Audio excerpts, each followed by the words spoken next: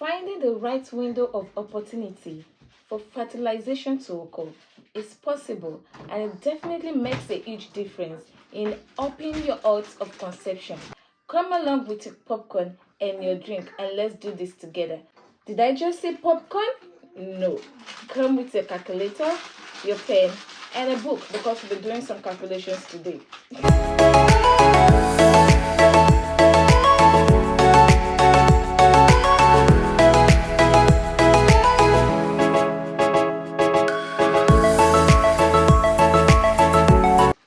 Hello beautiful people, welcome back to my YouTube channel. If you're a returning subscriber, thank you for coming back. I love you. And if you're watching my video for the first time, you're welcome. I hope you have an amazing time here. I'm Esther Molayo Alao by name. Let's talk about how to track our menstrual cycle. In this video, I'll be helping us to calculate our safe and the fertile period. The fertile period is the period we think that we can maximize the opportunity of getting pregnant. Any other day outside that is the safe period. Before we go ahead, I would like to do some basic explanation of menstrual cycle so that you can understand it better. Now, menstrual cycle is the length of days between the very first day you are seeing your menstruation and a day before the next period. That is from the very first day, your day one of your period, till a day before the next period. For instance, for someone that sees a period on December 1 and is seeing the next period on December 31st, that means the person's menstrual cycle length starts from December 1, which is the day one of your menstruation, till December 30th, which is a day before the next menstrual period. That means for that person, the menstrual cycle length is 30 days, from day 1 to day 30. The length of menstrual cycle on the average is 28 days, but can vary from 21 to 35 days. So if yours is 22 days, 24 days, 26 days, 28 days, 29 days, 30 days, and even 35 days, it is still within the normal range.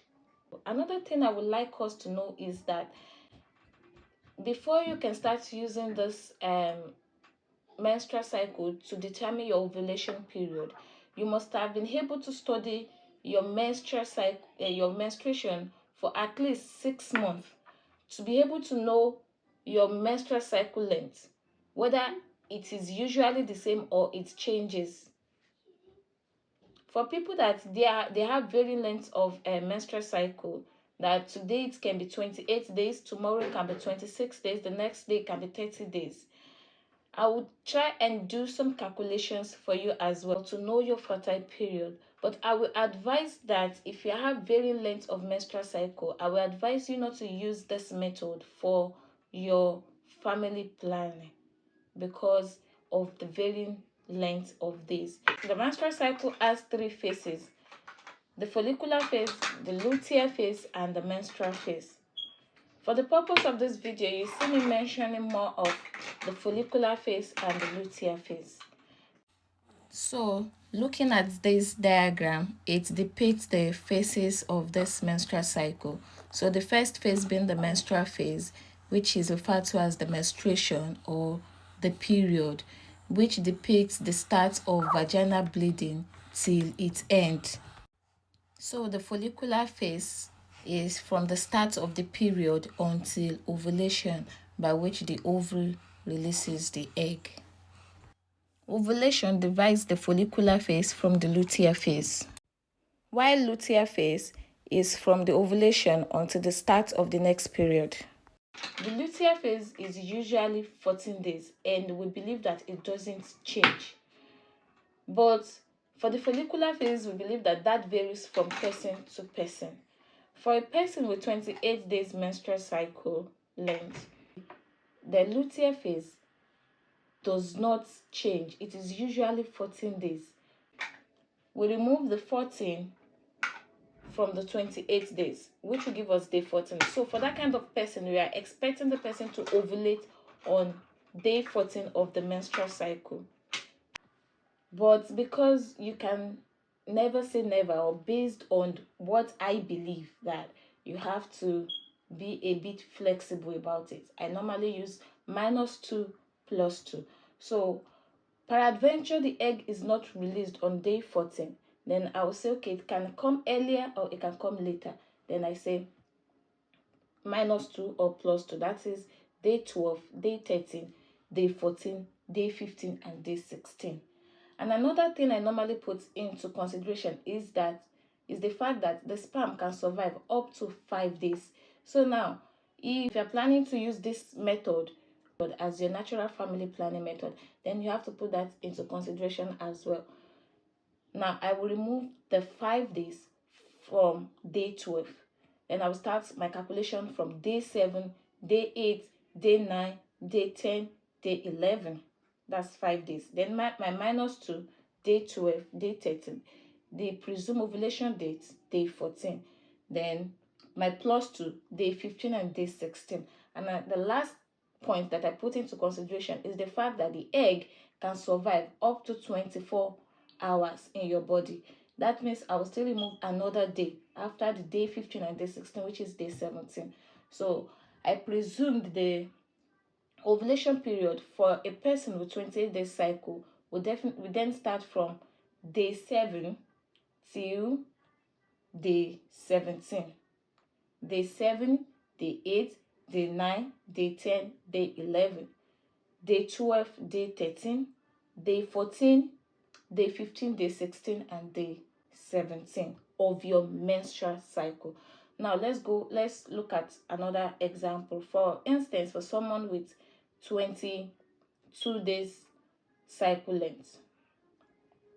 For a person with 22 days cycle length, because we said the luteal phase is usually 14 days, then we say 22 minus 14, and that will give us 8. Day 8 of a menstrual cycle. Removing the -2 or +2, it will now be day 6, day 7, day 8, day 9, day 10. Now removing the -5, day 1, day 2, day 3, day 4, day 5, day 6, day 7, day 8, day 9, day 10, then we had another one, day 11. So we'll start from the day 1 to day 11. What is the point I'm trying to bring out here? For someone with a shorter cycle length, there is possibility for them to get pregnant while they are menstruating because their cycle length is short and the sperm can survive in the body for up to 5 days. Assuming the person had sex during the menstruation period, during the menstrual phase, started from maybe day 3 or day 4, and eventually release the egg on day 8, the sperm can still survive and still be able to fertilize the egg on day 8. So it is possible for people with shorter cycle lengths to get pregnant during their menstruation. So let's do some calculation using a person with 28 days cycle and the LMP, that is the last menstrual period, was on 5th of December.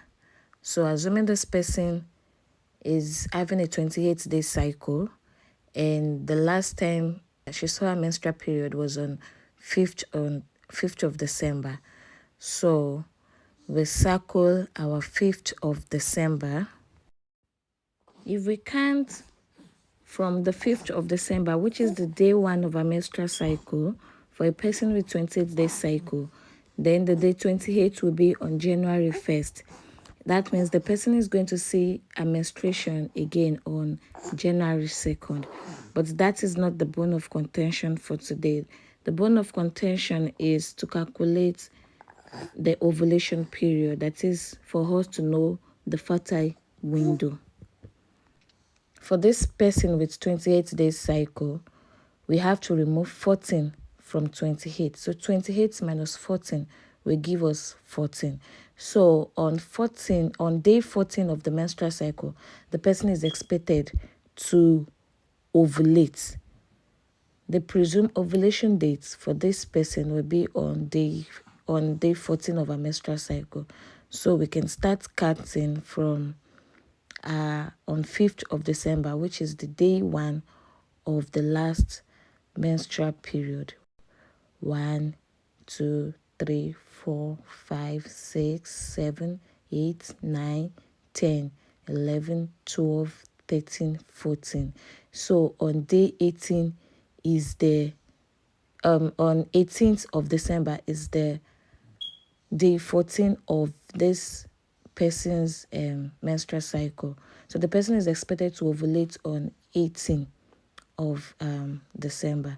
Now, just like we normally say that we have to put some things into consideration, the plus or minus 2, that is 19 and 20, and the minus 2, 16 and 17.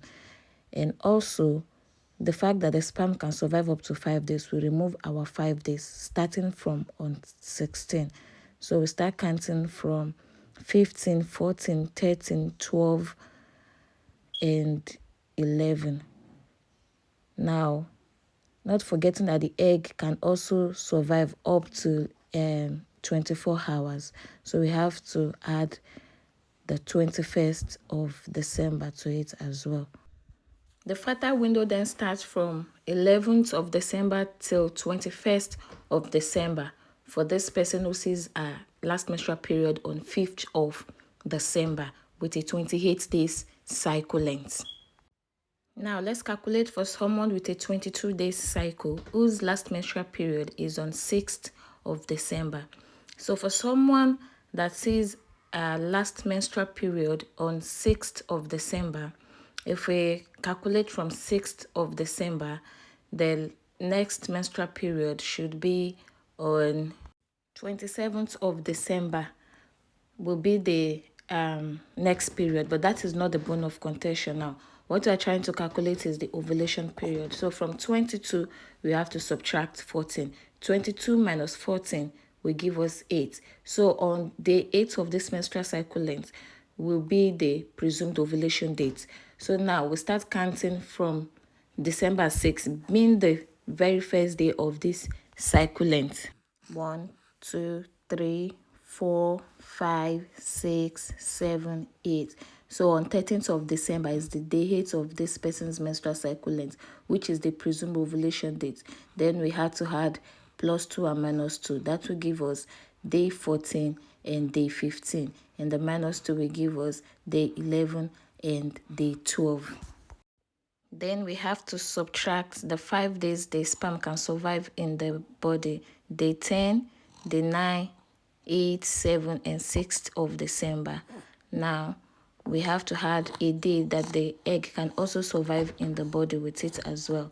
That will give us the 16th of December. So for this kind of person, if she happens to have sex during the menstrual period, there is tendency for her to get pregnant. So for this 22-day cycle, the fertile window will then start from 6th of December, which is the very first day of her menstrual period as well, till 16th of December.